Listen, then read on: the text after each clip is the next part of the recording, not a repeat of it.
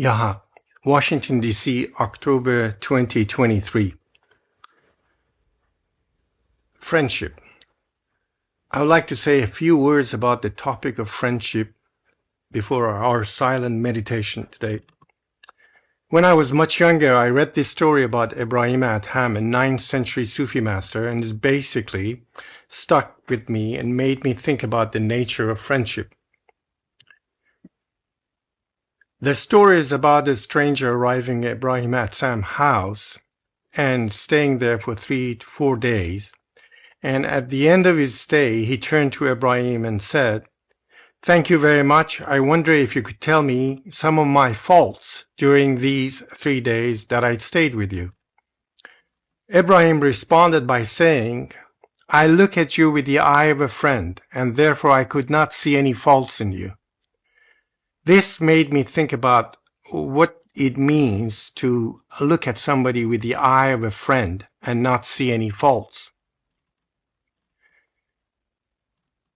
I first thought about how people get attracted to each other and become friends, and I was reminded of Rumi's poem ذره ذره کاندرین ارض و سماست جنس خود را هر یکی چون کهرباست, which means all of the particles in the universe from this earth and above attract their own kind like a magnet. So we human beings have all different qualities. Sometimes we notice that we lack certain qualities when we encounter another person, or sometimes we have similar qualities. We constantly search for people who can complement us, perfect us, and teach us. Most of the time, similar qualities in us is the base of attraction. However, you get a spectrum of all sorts of qualities in human beings. You might get on one end of the spectrum people who are into crime and deceitfulness, and they want to learn how to perfect that around these qualities around similar people. They join organized crime and mafia. Then you get at the other end of the spectrum those who are interested in divine qualities and ideals like goodness and love and friendship, and they attract different kinds of people, and that would include you. So we find friends in those people that have certain qualities we're seeking to perfect, and we share with them a certain perspective, a common goal in life.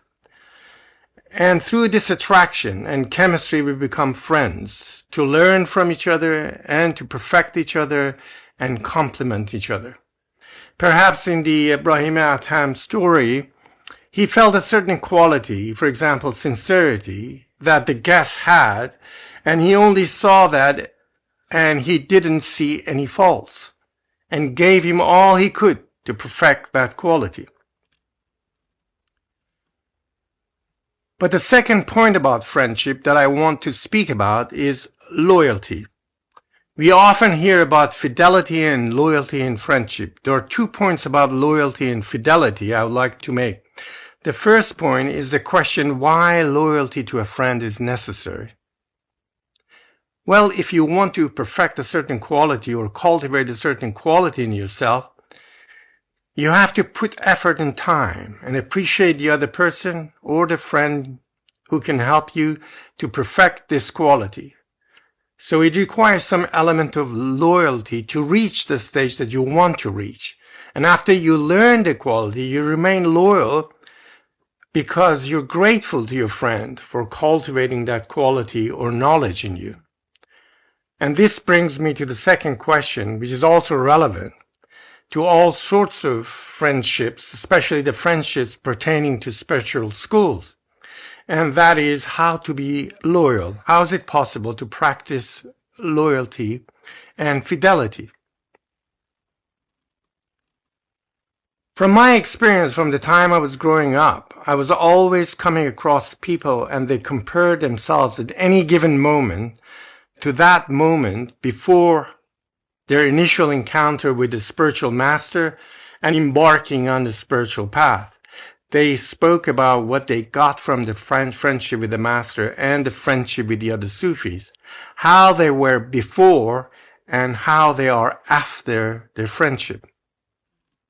This is an important point of reference. Just always go back to where you were before you came to Khanaqah and the spiritual path. Think about whether you've made any progress in terms of qualities that you were after or the things that happened to you. If you see that you made some progress in that respect from what you were initially, that creates in you a sense of gratefulness and therefore some kind of fidelity to what you owe to the school and your teacher.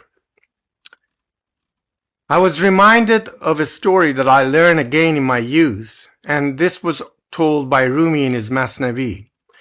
It is the story of King Mahmud and his favorite servant, a companion, Ayaz. In this story, Sultan Mahmud, who was very close to Ayaz and bestowed upon Ayaz many treasures and possessions. The king's companions and advisors became very jealous of the relationship between the king and Ayaz, so they went to the king and complained about him. They told the king a fabricated story that Ayaz has a room that's locked where nobody can enter, and they suspect that he's stolen many of the king's possessions and keeps them in that room. They planted the seed of doubt in the king's mind, so the king ordered them to break through the door and see what's inside. When they went inside, they saw a pair of old slippers and a shepherd's cloak. They went and told the king what they found, and the king asked Ayaz to come and explain what he did in that room and the reason for him keeping these items in the room. Ayaz replied, "Every day I go there and I wear the pair of old slippers and the shepherd's cloak which I wore when I was working as a shepherd before I met you. This is to remind myself that I am really only a shepherd, and it's through the generosity that I am now having such possessions and such position. In reality, I am still that old shepherd. I have become what I am now only through the kindness of the king, and for this I'm always grateful." Loyalty and fidelity are qualities you need to cultivate in yourself by comparing yourself now, after many years of receiving the benefit of your friend's company, to what you were before you met your friend. The same applies to the Khanaqah and the Sufis around you. Never forget what you've learned. Of course, the world changes constantly.